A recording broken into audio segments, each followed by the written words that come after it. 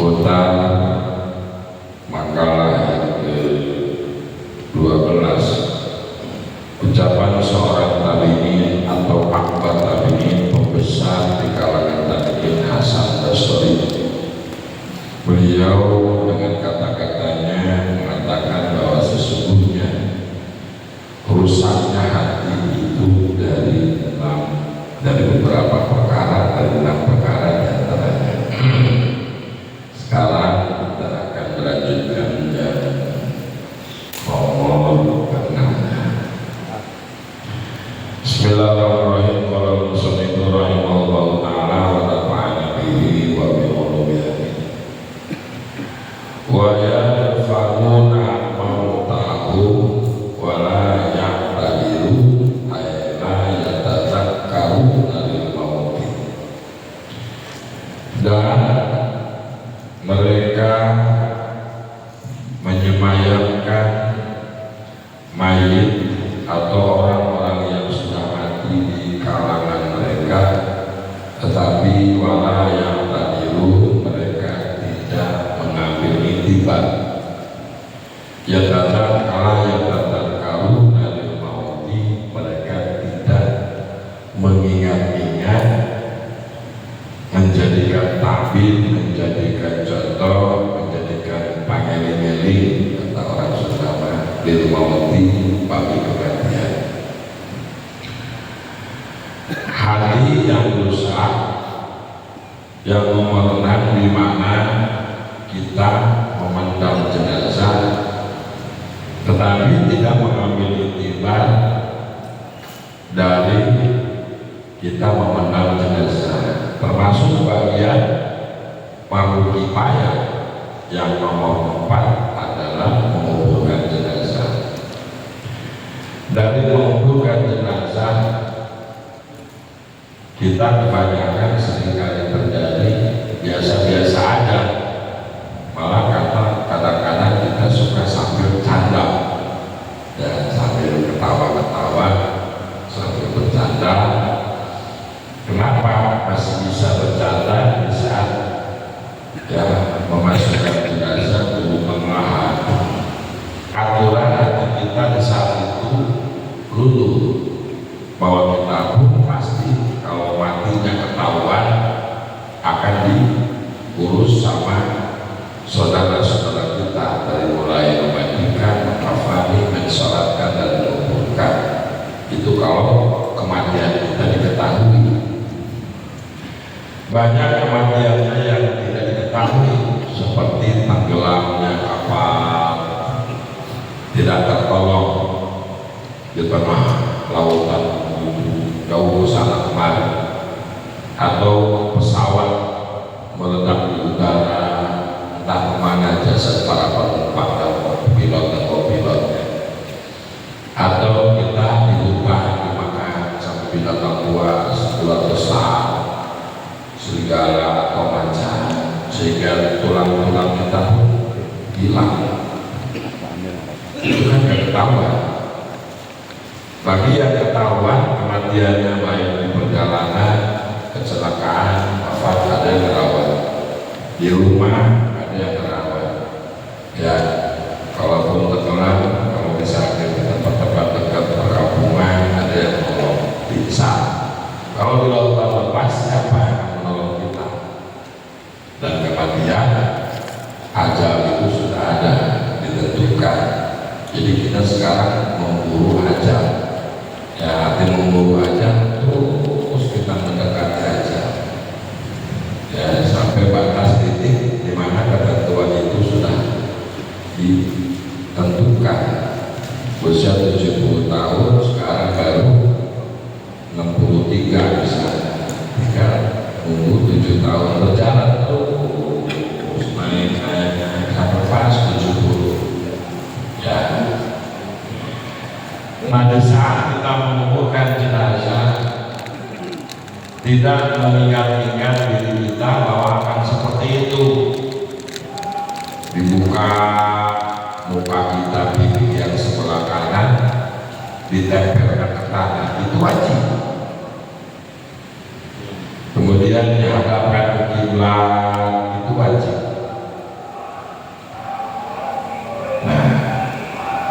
kemudian dibacakan ke tanah yang sudah dikepal-kepal itu 7 biji surah Inna Anzalnahu, itu sebagai penolong. Dalam hadis Rasulullah atau hadis Rasulullah menjelaskan dalam kitab Bugiyah al-Mustarsyidin, man akhodat turabal kubri, barang siapa yang mengambil tanah kuburan, ya, wa qara'a inna anzalna sab'a marrat, dibacakan surah Inna Anzalna 7 kali. Wa ja'alahu ma'al mayyiti, dan diikutsertakan bersama mayit. Si tanah yang dibacakan Inna Anzalna diikutsertakan dengan si mayit.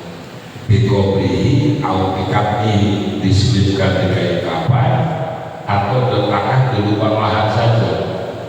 Mau diselipkan di kain-kain atau diselipkan di kain kapan, dibikin ganjil jenazah, dibikin ganjil gitu ya, atau diletakkan saja di lubang lahat.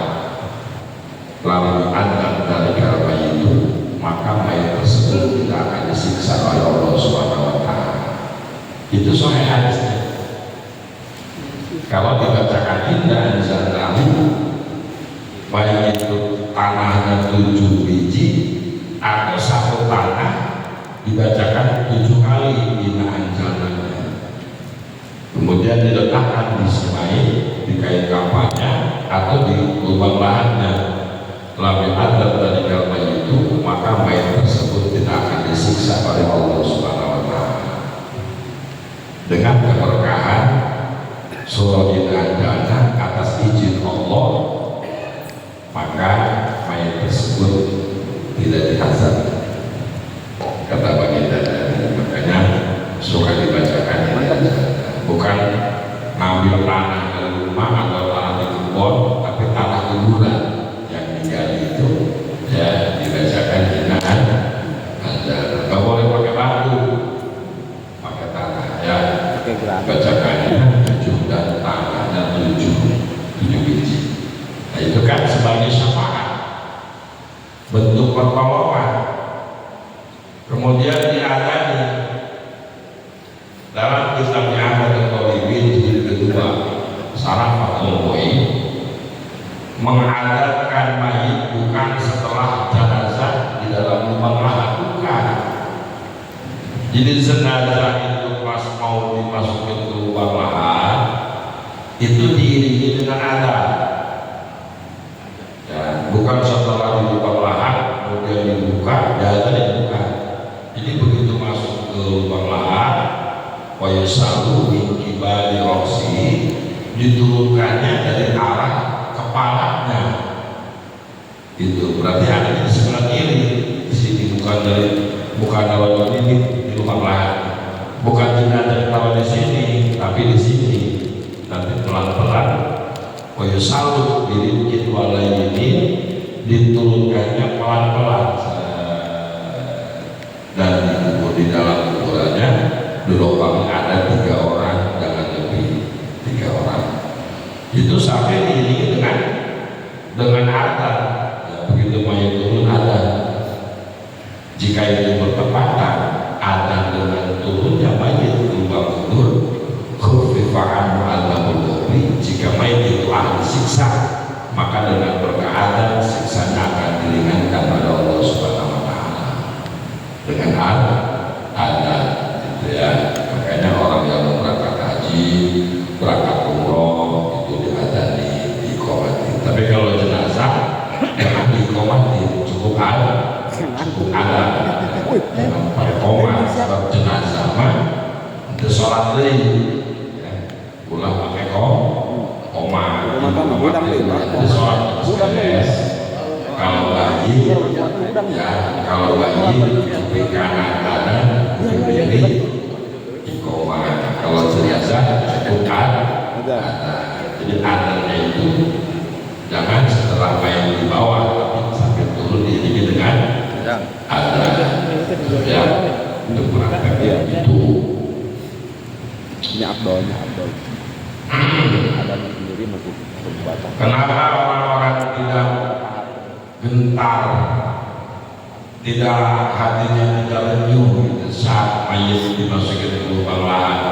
Berarti hati kita belum bagus, hati kita belum lembut.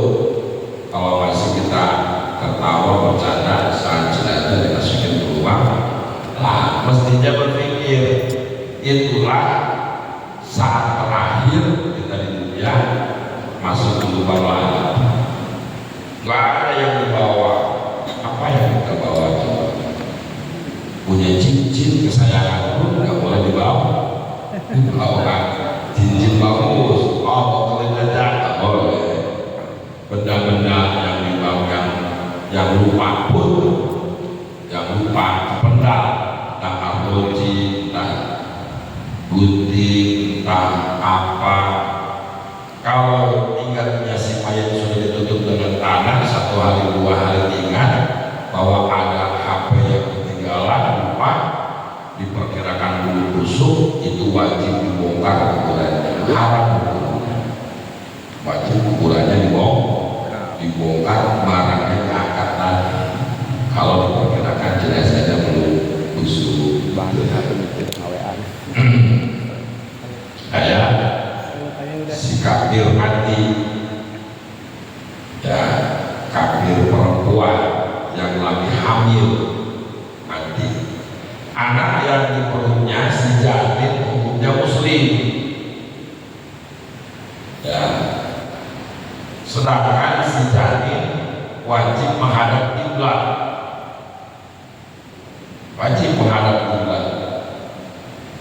ya.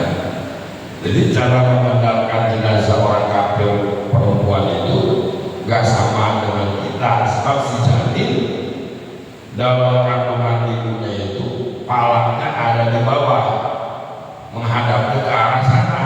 Kalau ibunya menghadap ke arah timur, si janin menghadap ke arah barat. Berarti cara pandangnya itu ibunya harus membelakangi kiblat supaya si janin di perutnya itu menghadap ke arah kiblat. Kalau itu salah dan jika si mayat dimungkinkan belum busuk, wajib digali, dan si janin bagaimana caranya harus menghadap ke arah kiblat. Berarti yang dirubah emaknya, dirubah posisi aja biar menghadap ke arah kiblat. Bagaimana kalau misalkan yang hamil meninggal main kubur aja, enggak ditanya sama dokter kandungan atau dokter malaji apakah janinnya ini hidup atau mati, misalnya dirawat adalah sampai ditentukan. Sedangkan di atas 6 bulan kehamilannya. Kalau kata ahli kandungan itu hidup, itu wajib dibongkar kuburannya, diperiksa janinnya. Kalau kata ahli kandungan pastikan itu hidup, kuburan wajib dibongkar dan wajib dioperasi, dikeluarkan janinnya. Jadi harus beli, ya, sebelum dirawat periksa dulu janinnya sama ahli kandungan apakah yang hidup atau sudah mati bersama dengan biangnya, dengan ibunya. Tadi. Nah, jadi harus mengamini tiba dari kematian. Lepas sudah, ya, di saat kita wafat, di saat kita masuk ke kubur, persis seperti saatnya kita keluar ke dunia, tidak membawa apa-apa, ilmu tidak membawa, harta apalagi, baju gak bawa apa pada saat lahir, cuma hanya mata merem, tangan mengepal, mulut teriak nangis. Pada saat kita pulang pun sama, cuma hanya beberapa lembar kain kafan itu dibungkuskan sama tetangga. Apa yang kita bawa pas saat kita masuk lubang lahat? Semua kita tinggalkan. Istri itu cuma sebatas lubang lahat, anak itu cuma sebatas lubang lahat, harta itu cuma sebatas lubang lahat. Yang menghantarkan kita ke hadirat Allah adalah amal yang baik.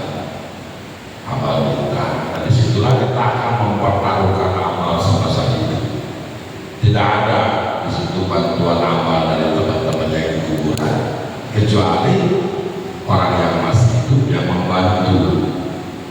Yurfa'u adabul amwat di duhali ahya, diangkatnya siksa ahli kubur dengan doanya orang-orang yang masih hidup. Doa buruk nyampe, doa baik nyampe. Doa buruk gimana? Semoga saja asal dalam kubur itu nyampe.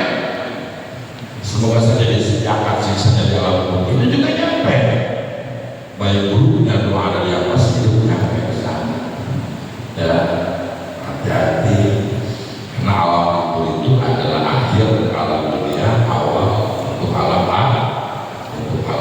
Penentuan kebahagiaan di alam kubur menentukan kebahagiaan di akhirat, kesengsaraan di alam kubur menentukan kesengsaraan di akhirat.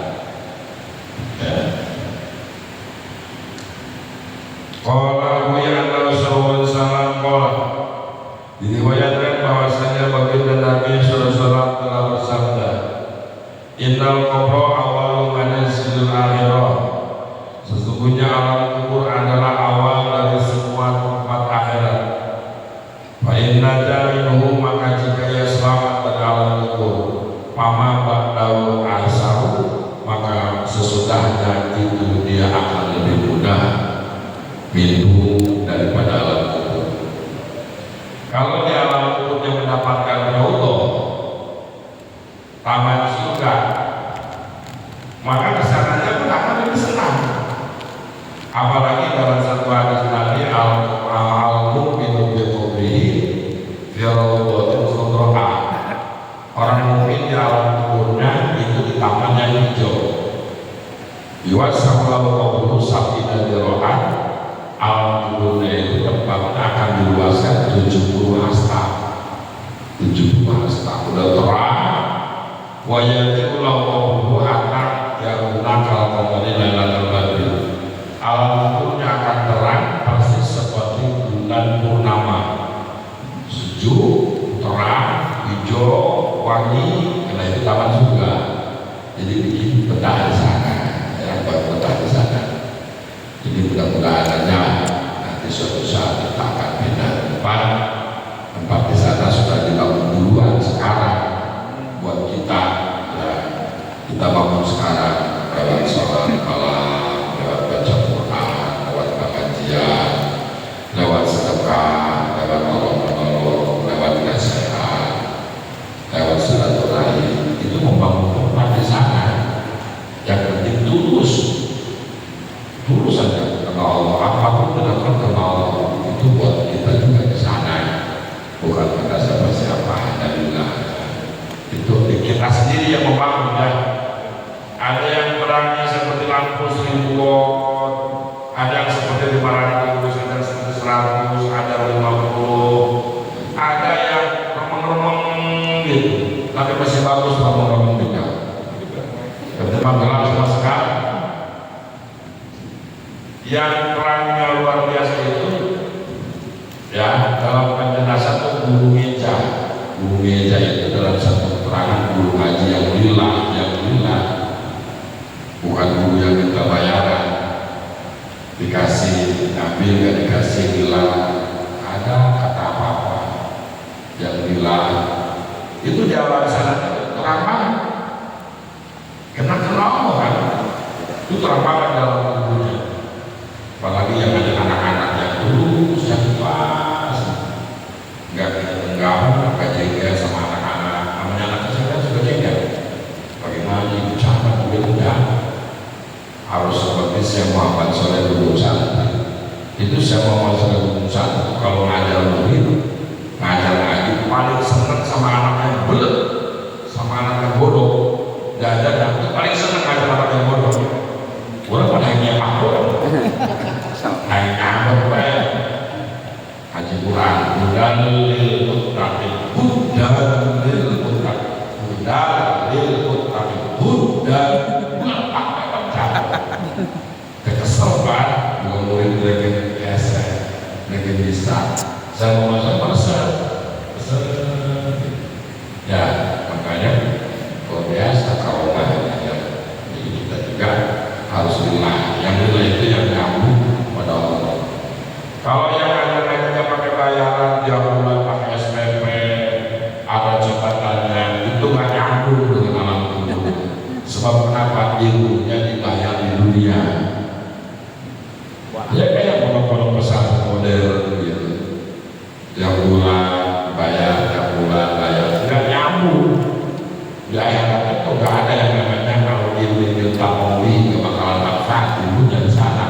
Kenapa dibayar di dunia? di dunia? Yang lillah itu yang kaya bulan yang nyambung.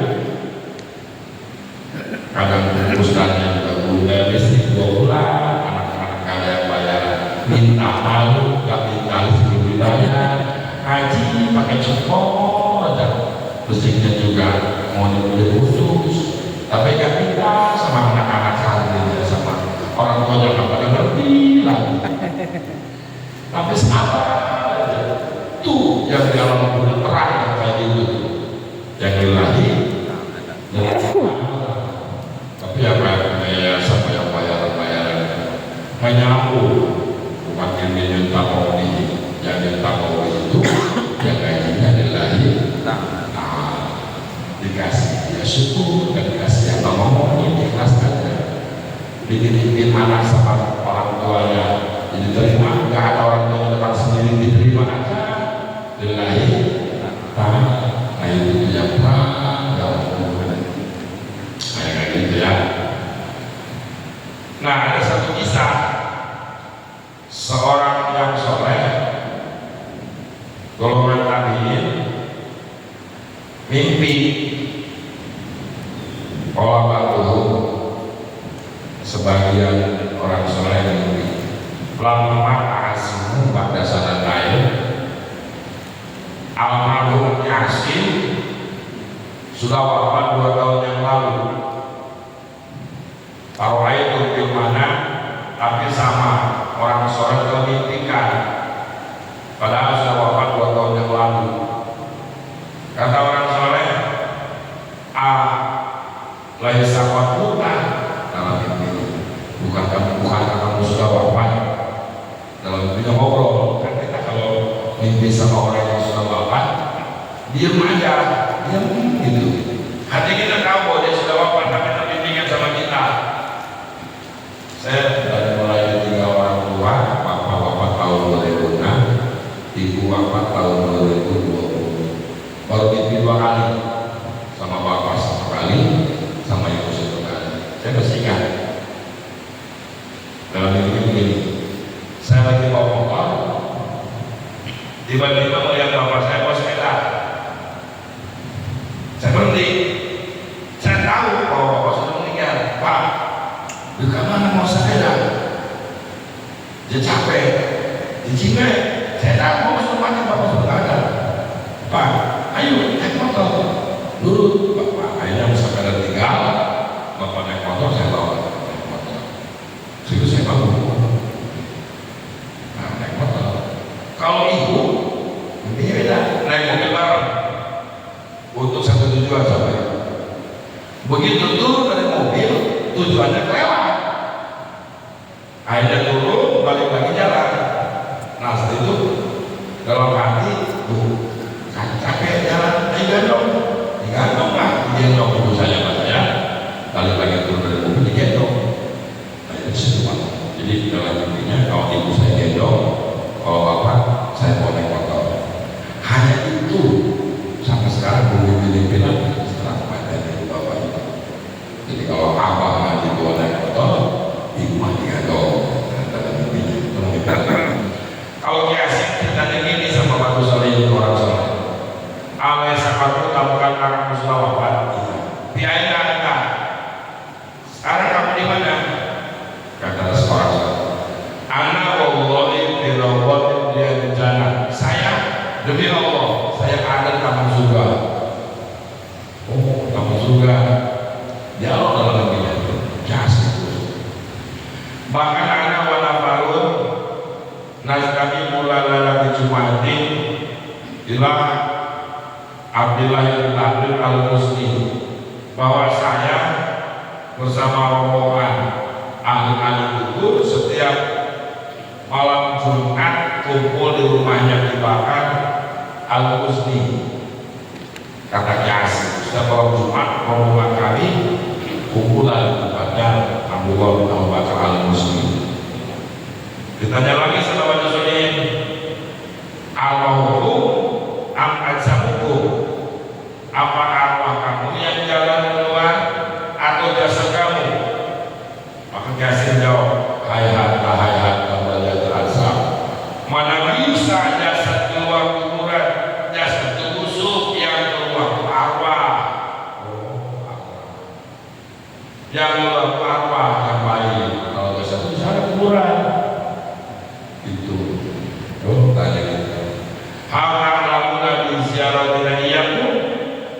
musallin, apa kamu tahu bahwa kami suka ziarah ke tempat kuburan kamu?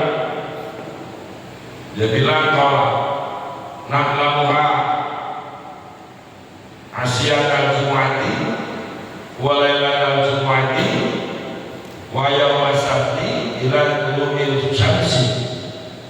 Tahu persis saya, katanya Asy, mulai dari Kamis sore malam Jumat, kemudian malam Jumat, kemudian pagi Jumat, sampai malam Sabtu terakhir muncul matahari hari Sabtu, itu kami pergi lagi malam bazar. Kami diizinkan sama Allah dan mulai Kamis malam Jumat, hari Jumat ke malam Sabtu, dan muncul matahari hari Sabtu sudah gak ada waktu. Kayak ibadah dengan ayam itu lihat, tapi bagus. Kenapa cuma malam Jumat, hari Jumat sampai malam Sabtu, tidak hari yang lain? Enggak Senin itu keluarnya, Selasa, Rabu, Minggu, kata kasih di Jumati wailnya, karena keutamaan hari Jumat dan keagungan hari Jumat, arwah-arwah yang baik diizinkan oleh Allah keluar dari alam barzakh. Ya, arwah-arwah yang bagus diizinkan oleh Allah pada hari Jumat.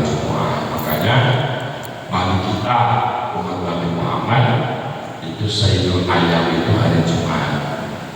Kalau Sabtu itu hari besarnya Nabi Musa Yahudi. Kalau Ahad itu hari besarnya umat Nabi Isa Nasrani.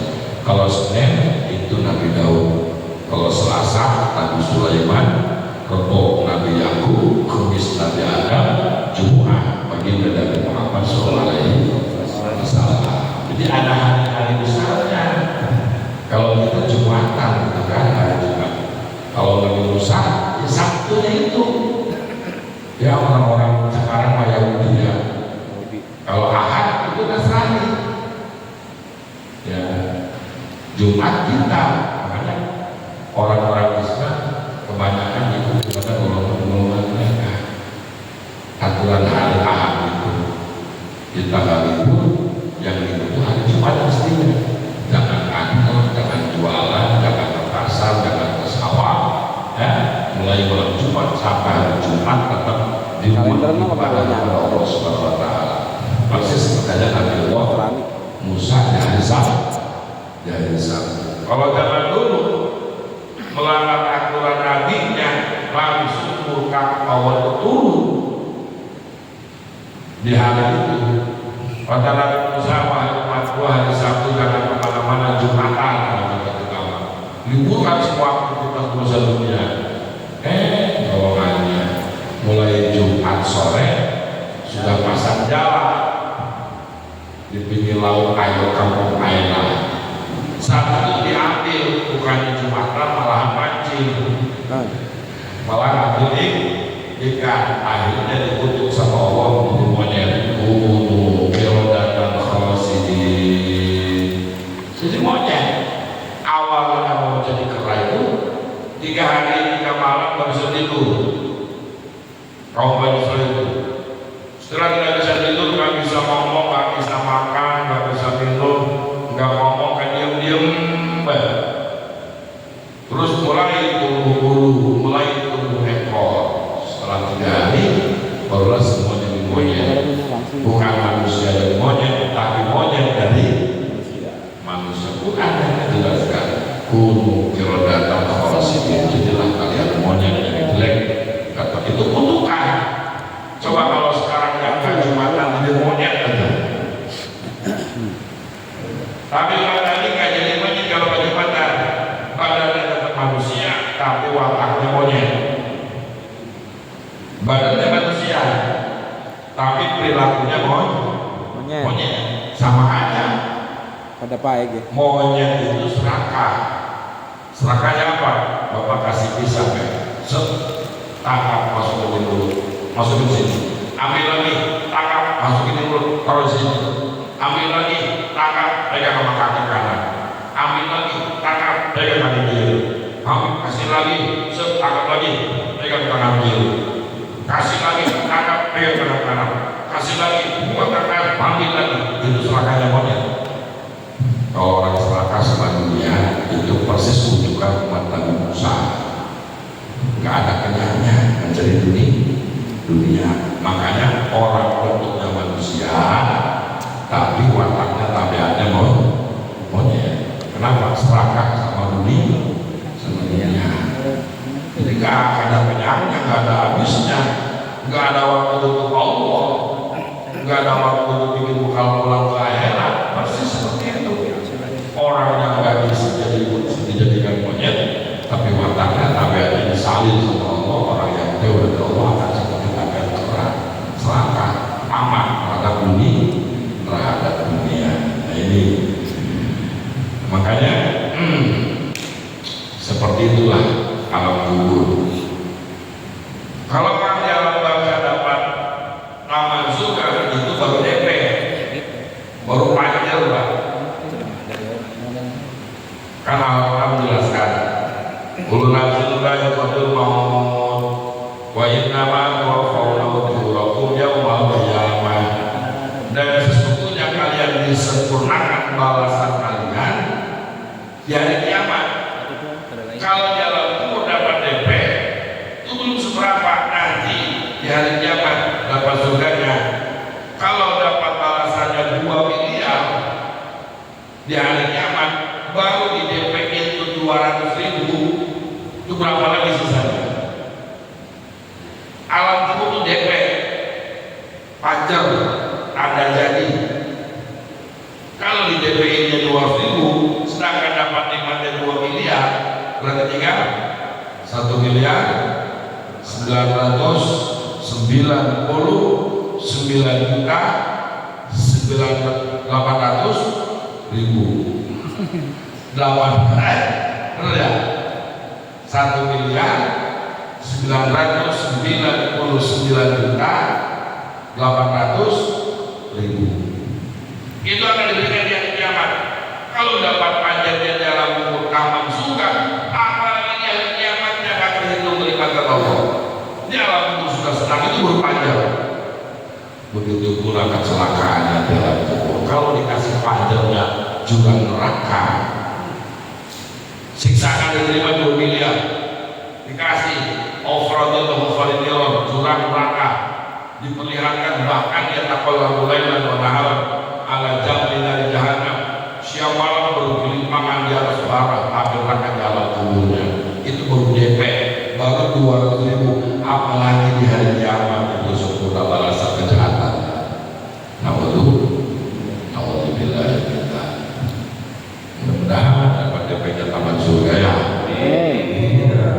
Makanya ngajinya dulu, sholatnya dulu, sedekahnya dulu, tahajudnya dulu, ngasih makan anak istri jangan mungkin berapa aja dulu, sudah pernah ngomong masih duit sama istri berapa aja, nggak pernah nanyain, ikhlas, nggak marah-marah, ikhlas, apapun buat kita juga sih dalam kubur yang dimakan sama anak, yang dimakan sama istri, sama tetangga, sama saudara, sama orang tua, sama kerabat, sama teman, ikhlas.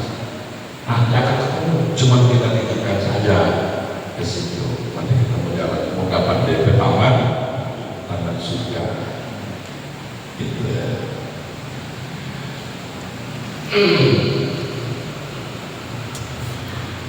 Wa ilam yanju minhu wa ma'au asyadu minhu.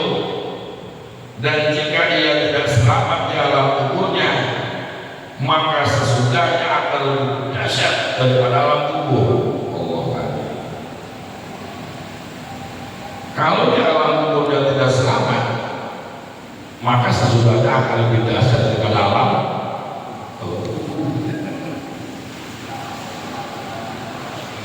dan alam kubur itu alam antara dunia dan akhir. Di mana ada alam kubur yang gaib. Kalau diperkirakan kita akan menembus alam kubur, itu memakan waktu 500 tahun. Ingin menembus alam kubur, harus memakan waktu 500 tahun. Allah. Tapi banyak kekasih Allah, wali-wali Allah, para ulama yang ahli kasyaf dibuka mata batin sama Allah, bisa lihat alam kubur yang sedang disiksa dan sedang mendapat kenikmatan. Bahkan kalau kita punya sahabat yang sudah tidak ada dulu, partner kita usaha bersama dia, kemana bersama dia meninggal duluan. Begitu kita lewat pinggir kuburannya, dia tahu, wahai kawan, bantu doa kami. Kalau kita diam, baca dulu, dibilang pelit kawan, nanti kamu akan merasakan seperti saya. Makanya al-mu'minu itu apa namanya? Mal mayyitu fil qabri illa kal-ghaibul muqawwis. Tidaklah mayit di alam kubur itu laksana seperti orang yang tenggelam membutuhkan pertolongan. Gimana sih kalau kita tenggelam? Syukur-syukur kita bisa renang, misalnya tenggelam renang selamat. Tapi kalau renangnya kayak batu, bukan kayak kakak, tenggelamlah kita. Yang jadi udah bahkan terhaku si mayit nunggu doa. Yang tadi udah bahkan terhaku ini au akhir, dia menunggu doa. Pertama yang diharapkan adalah anak. Kalau tidak ada anak, au akhir, saudaranya.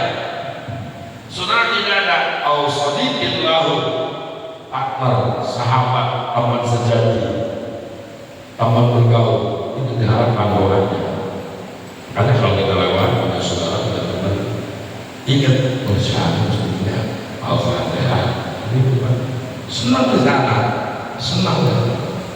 Fa'ilah yaqathu, jika doa itu sudah didapat sama ahli kubur, baik dari anak, dari saudara, dari sahabat, karena sahabat ilai, doa yang dipanjatkan oleh yang masih hidup lebih dia cintai minat dunia wa mafiyah, dari sisi dunia yang ada.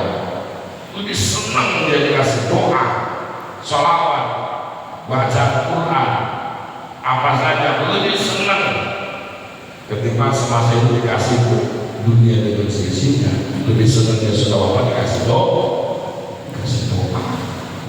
doakan mereka yang sudah tidak ada, apalagi ibu yang sudah tidak ada, bapak yang sudah tidak ada, doakan ya. Apalagi mau suka rajin sholat hadiah, dua rakaat setelah ba'da maghrib, sholat sunat hadiah di rakaat lillahi ta'ala, Allahu akbar, bacaan rakaat pertama setelah Al-Fatihah, ayat kursi 1 kali, Mu'ina al-Hakunut 1 kali, 11 kali. Rakaat kedua sama, ayat kursi 1 kali, al-Hakunut 1 kali, 11 kali. Beres sholat langsung salam doa, Allahumma inni sholaitu hadhihi sholat wa ta'ala umri, Allahumma afwa ya qabri. Ya Allah, sesungguhnya aku mengerjakan sholat ini dan kau maha tahu, ya Allah, kirimkan pahala sholat ini ke kuburan ibuku.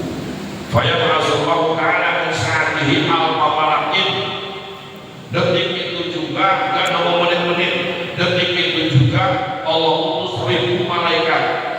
1000 malaikat datang ke kuburan emak kita, bapak kita. Bawa apa? Bawa hadiah dari Allah. Pahala itu sholatnya langsung dikasih ke ibu kita, ya. Datang ke rumah kita, bawa hadiah, bawa cahaya. Tinggal emak kita nyaman di sana. Anaknya rajin sholat hadiah, anaknya rajin kirim sama ibu. Senang banget di sana. Orang tua kita di sana, ya. Kita belum tahu sholat masuk ke dalam kubur, belum tahu. Jawabannya tinggal terima. Kufur, nggak percaya sama alam kubur, ya kufur kita. Itu termasuk bagian daripada tauhid samiyah maja bi Rasulullah yang sudah disampaikan oleh Rasulullah SAW dan diperkuat oleh ulama dan sahabat.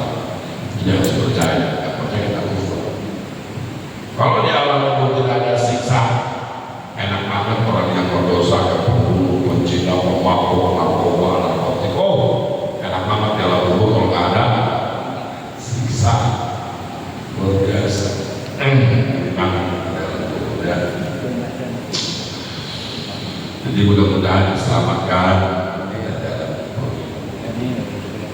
Ada ketika saat Nabi melintas sebuah kuburan, akhirnya Nabi Muhammad tertegun sejenak berhenti berdoa, menatap ke arah kuburan, bilang sama sahabat, ini semua penduduk kuburan disiksa semua. Maka itu dikabili, kata Nabi. Mereka disiksa bukan penyebab dosa besar, bukan penyebab dosa besar disiksa di dalam kubur. Masalah apa? Masalah kencing yang gak benar menurut diri. Masalah istinja yang gak benar, kencing yang gak beres, itu di alam kubur disiksanya parah. Kenapa? Kalau kencingnya gak beres, semua ibadahnya bakal beres. Urusan kencingnya gak beres. Mampu dikabili bukan masalah dosa besar yang mendapat siksa, tapi masalah sepele urusan kencingnya gak beres. Akhirnya begitu Nabi belah rumah dibelah dua, tancapkan di situ. Kata Nabi, selagi ini masih basah, dia tidak pernah berhenti memohonkan ampun kepada Allah buat yang ada dalam kuburan itu. Ya, itulah apa namanya pelapak rumah. Kalau sekarang nggak ada, berarti dikias dengan kias dari akhirnya tabung rumah itu kias dari pelapak rumah yang tancapkan di makbar. Maka dengan adanya tabung rumah itu kias daripada pelapak rumah yang tancapkan di makbar semuanya terlesu. Selagi bunga itu di atas kuburan tak sah, selagi itulah dia memohonkan ampun kepada Allah. Maka haram mengambil bunga yang ada di atas kuburan, karena dia memohonkan ampun kepada Allah buat ahli kubur itu. Ya. Kalau ke kuburan, bagusnya jangan pakai sendal. Kalau nggak ada duri, ya. Kalau nggak ada duri, nggak ada ular tanah. Tapi kalau ada ular tanah, pakai sepatu bot. Bagusnya jangan pakai sendal. Sebab main denger, wak, main denger. Ya, masuk kuburan tapi nggak bagi-bagi hadiah. Masuk kuburan bagi-bagi hadiah. Cuma mau kuburan bapaknya doang. Sekitarnya bagi-bagi hadiah. Usul dari kami, umi, al-fatihah yang lain bere. Pelit katanya kalian kubur. Coba bapak dan bapaknya doang ini bagi. Ya bagilah mungkin-mungkinan muslimat alfa. Iya. Oh, perebut teman. Perebut. Kita akan tahu pasti setelah kita akan tahu. Cuma berbeda waktu.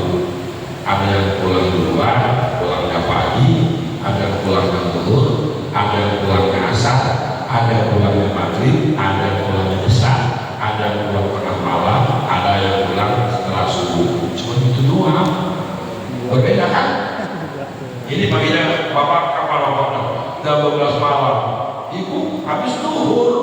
Cuma segitu doang perbedaannya. Cuma tahu dan berbeda. Kalau waktu cuma semalam, dari semalam, benar nggak? Walaupun 7 hari tetap cuma sehari semalam. Siapa kapan tempat meninggalnya? Tadi pagi habis sholat subuh. Lah, kemarin sono, bapaknya habis zuhur, berapa jam bedanya? Dari subuh ke zuhur. Cuma beda waktu, beda tahun, beda bulan. Cuma itu doang. Ada yang pulang pagi, doang, sore asar. Kita pasti pulang. Gak apa namanya, gak usah terlalu banyak-banyak lah buat cepat pulang ya.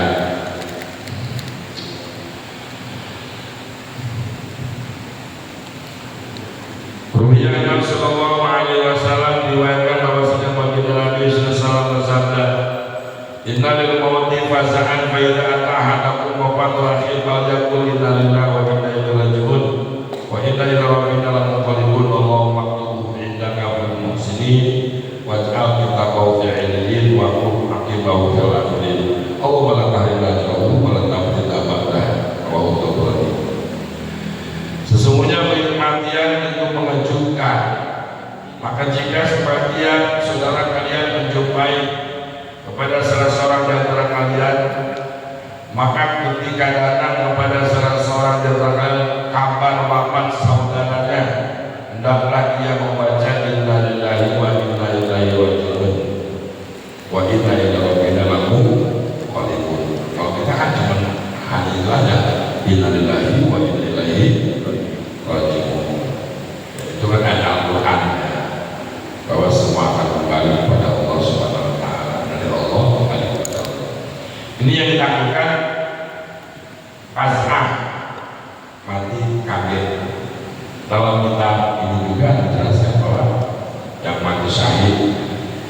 itu lebih dari 10. Selain wafat berperang melawan kafir, mati di medan perang. Ini mati syahid artinya cuma tidak mendapatkan siksa kubur. Kalau akhirat itu lain cerita dengan mati syahid yang bilang Allah. Mati melahirkan itu mati syahid. Mati tertimpa runtuhan mati syahid. Mati terbakar mati syahid. Mati tenggelam mati syahid. Mati kena sakit perut, menggeliat, muntah-muntah, itu juga mati syahid. Ya, penyebabnya mati kena kemarin apa virus corona, mati. Bahkan mati yang dieksekusi mati, orang yang divonis mati itu mati syahid. Itu aja enak Pak, dosanya habis semua. Ya, menembus dosanya dengan kematian, divonis mati, maka saya larang memfatwakan orang yang divonis mati, yang dieksekusi mati itu mati syahid. Apapun dosanya, sekalipun itu dia apa boleh dibilang kemarin apa bombong itu benar. Bukan bombong itu bagian eksekusi, jadi apa teroris. Kalau tujuannya dia misalnya walaupun kata Islam sebagian itu nggak baik, nggak baik, keraskan terorisme. Tapi kan hukumannya itu eksekusi mati. Menembus dosa orang yang dieksekusi mati apapun dosanya dia mati syahid. Kalau dieksekusi mati, tapi kalau bunuh diri lain cerita. Ya, kalau bunuh diri itu lain cerita. Kalau dieksekusi mati apapun dosanya tetap dia mati syahid. Enak, makanya mau dieksekusi mati itu enak. Enaknya apa? Ya ditembus dosa dengan kematian. Kalau suatu saat siapa pun akan mati, yang memang pasti mati suatu saat. Yang memang sudah pastikan mati, siapapun pasti mati. Maka mati cuma satu kali. Maka orang yang mendapat eksekusi mati ya menutup berapa? Tidak mendapatkan siksa dalam. Jaganya stop.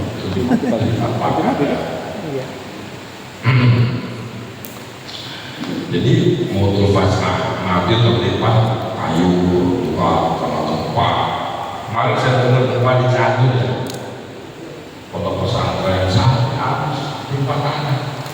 Madrasahnya, pokoknya santri berapa? Cianjur. Subhanallah. Ya. Saya pernah tahun berapa tuh? Kayak tahun 90-an lagi di pesantren yang kejadian gempa di Palembang tahun berapa tuh ya? Tahun 90-an. Udah ada belum mustika? Tahun 90-an belum ada ya.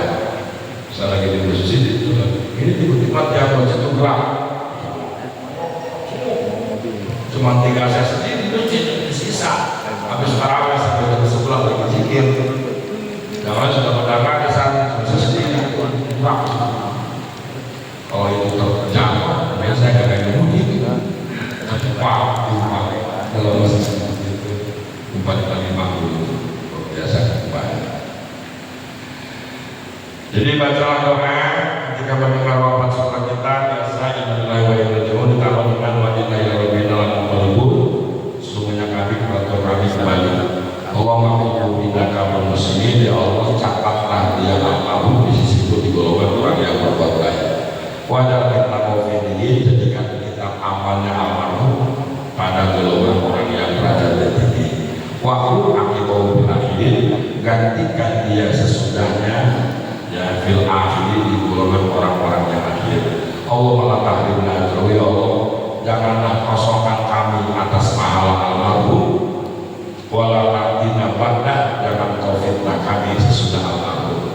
Itu doa yang sering kita baca dalam surat jenazah, ya. Rakaat pertama, takbir pertama, setelah takbir pertama Al-Fatihah. Nah yang kedua itu mau sholawat mau doa terserah. Ya walaupun setelah takbir kedua mau baca doa, setelah takbir itu sholawat Nabi, apa-apa. Yang penting ada 4 takbir ya. Allahu Akbar Fatihah, Allahu Akbar sholawat, Allahu Akbar doa, Allahu Akbar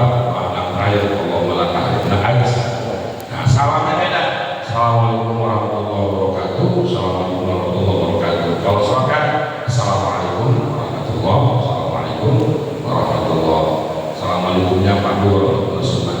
Kalau sholat jenazah, assalamualaikum warahmatullahi wabarakatuh, ini sunnah. Gitu ya, sholat jenazah. Ini sholat jenazah sudah dijelaskan bentuknya itu doa. Jadi kalau bapak sholat jenazah ketinggalan, misalnya udah musolli, terus wudu. Kalau bapak wudu pasti jenazah ketinggalan.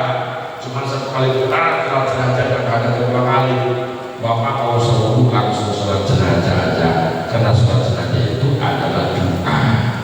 Jadi kalau tanpa wudu dalam kitab dosen Imam Subki menjelaskan tanpa wudu